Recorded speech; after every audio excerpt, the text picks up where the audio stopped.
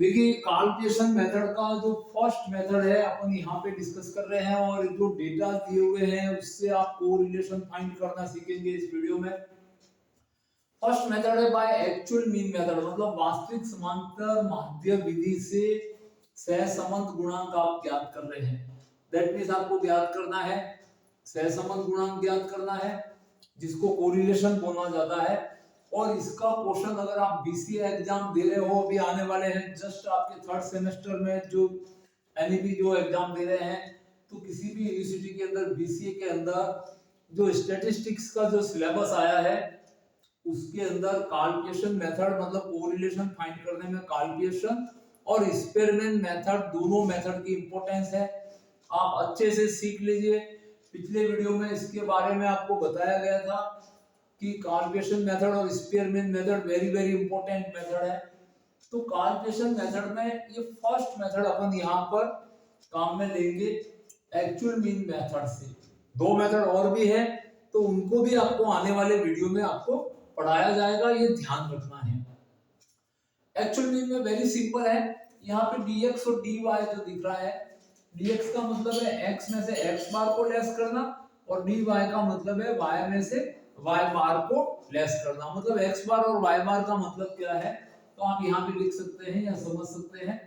x बार इसका समांतर माध्य है, समांतर माध्य हिंदी मीडियम वालों के लिए ये वीडियो बनाया जा रहा है जिसको अपन एएम कहते हैं, एवरेज मीन।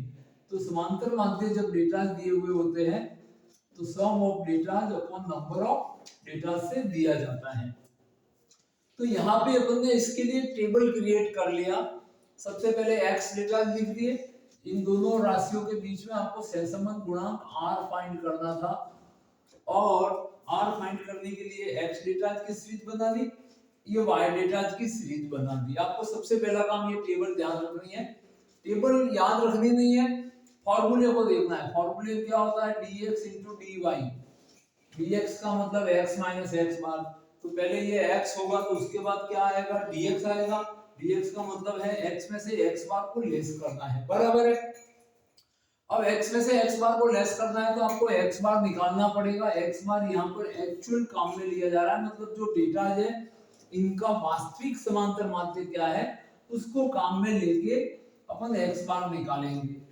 तो इसके लिए ये पहले x टेबल आ गई, फिर dx की टेबल, फिर इसका स्क्वायर कर लीजिए बिकॉज इस फॉर्मूले में यहाँ पे इसका स्क्वायर है, फॉर्मूला देख के डरना नहीं है। dx dy है और नीचे स्क्वायर वाले वैल्यू को मल्टीप्लाई करना है, गुणा करके उसका रूट वैल्यू काम में लेना है और कुछ भी नहीं है।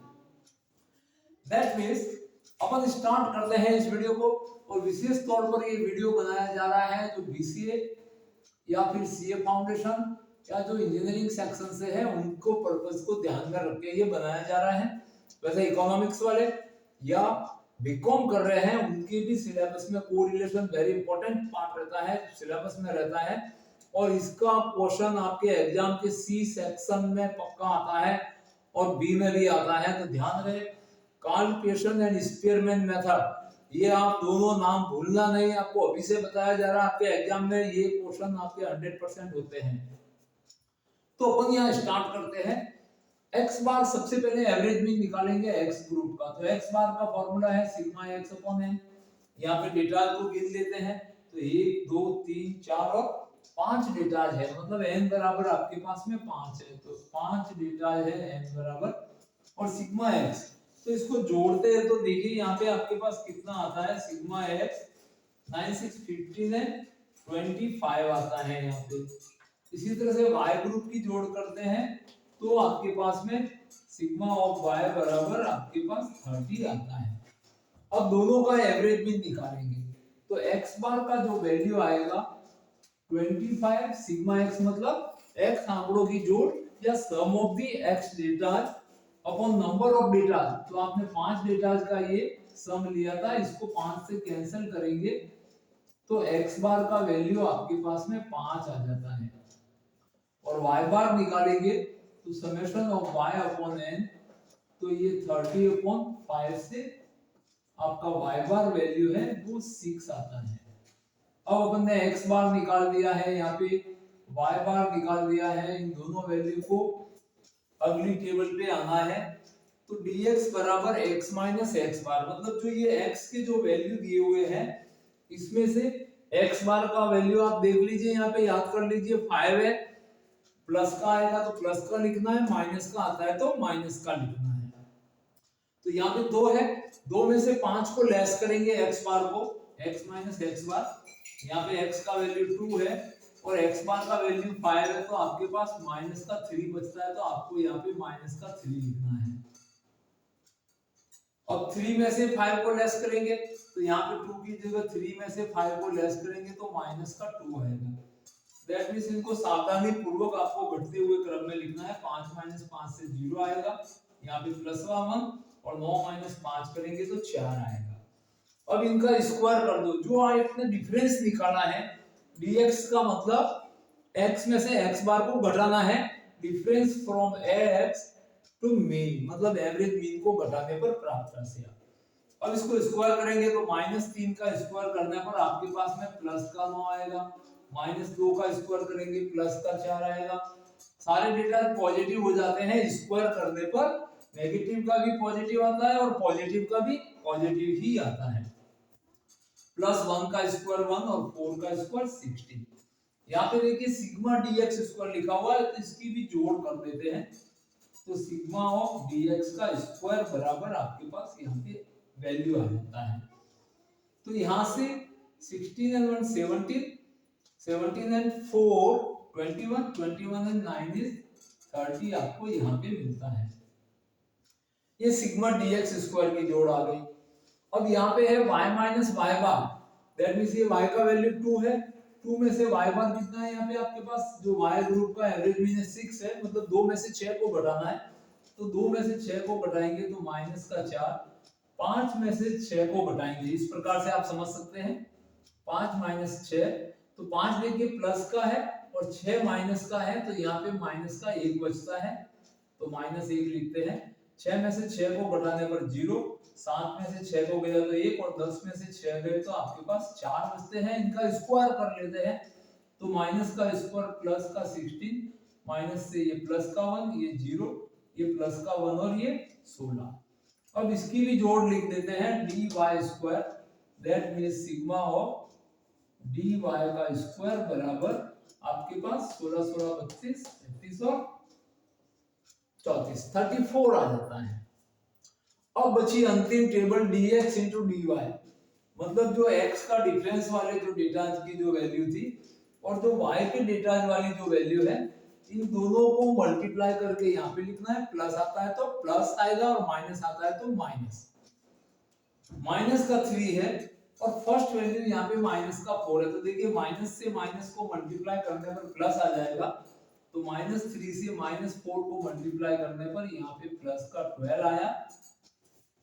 सेकंड डेटा -2 है, यहाँ पे -1 है, तो -2 मल्टीप्लाई -1 से यहाँ पे प्लस का 2 आना है। फिर 0 को मल्टीप्लाई 0 से करेंगे तो 0 आ जाएगा, प्लस का 1, dx टेबल में यहाँ +1 है तो dy टेबल में +1 है, तो इनको मल्टीप्लाई मतलब गुणा किया तो प्लस का 1, और यहाँ पे 4 है प्लस का, और dy में भी 4 है, तो यहाँ से 16 आ जाएगा। इस टेबल की भी जोड़ कर देते हैं, सिग्मा dx इंटू dy बराबर, तो 16 और 1 17 18 19 और 10 29 30 और 31, आपके पास 31 इसका वैल्यू आ गया है। अब आपने इस फॉर्मूले के सारे वैल्यू निकाल दिए। dx इंटू dy सिग्मा का मतलब सम है, तो dx dy की जोड़ आया है 31, dx स्क्वायर, तो dx स्क्वायर का वैल्यू 30 है और dy स्क्वायर ये 34 है, तो इसको इस फॉर्मूले में सबको अपन रखेंगे और फाइंड किया जाएगा। तो देखते हैं आगे क्या आता है अपने पास में।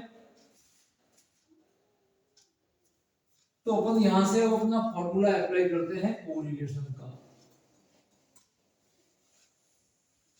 तो बहुत ही छोटा फॉर्मूला है, R बराबर sigma of dx into dy upon root of summation of dx का square into summation of dy का square is equal to dx into dy, ये प्लस का 31 है तो यहाँ पे प्लस का 31 और रूट के अंदर सिग्मा dx स्क्वायर। तो ये dx स्क्वायर का जो सम था वो 30 आया था, तो यहाँ पे लिख देते हैं 30 मल्टीप्लाई dy स्क्वायर 34 आया हुआ है, that is 34 is equal to 31 upon root of, आपके पास में यहां से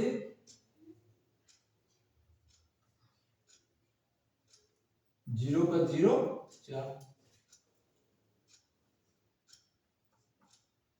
1020 आपके पास में आ जाता है। और 1020 का आपको स्क्वायर रूट फाइंड करना है। दैट मीन्स आपके एग्जाम में आप देखते हैं, जानते हैं कि आपकी कैलसी एलओ है, आप सीए फाउंडेशन दे रहे हैं, बीसीए दे रहे हैं या बीटेक दे रहे हैं, तो आपके कैलकुलेटर एलओ होता है।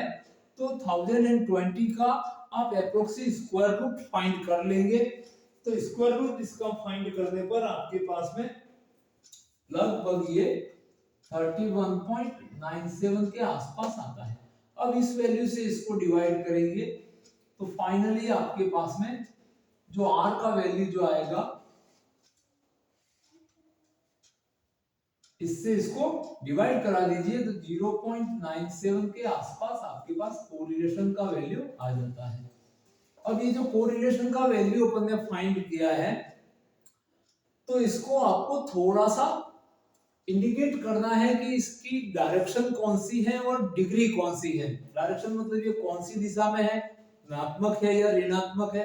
तो आप देख रहे हैं यहाँ पे पॉजिटिव आया है, तो यहाँ पे क्या लिखोगे, धनात्मक सहसंबंध है। कैसा है, धनात्मक सहसंबंध तथा 0.9। तो आपको जो पिछले वीडियो में टेबल दी हुई थी उसमें 0.9 दैट मींस 0.75 से बड़े वैल्यू और 1 से छोटे वैल्यू जो होते हैं वो उच्च प्रकार का सहसंबंध है। उच्च यानी हाई डिग्री का कोरिलेशन है ये।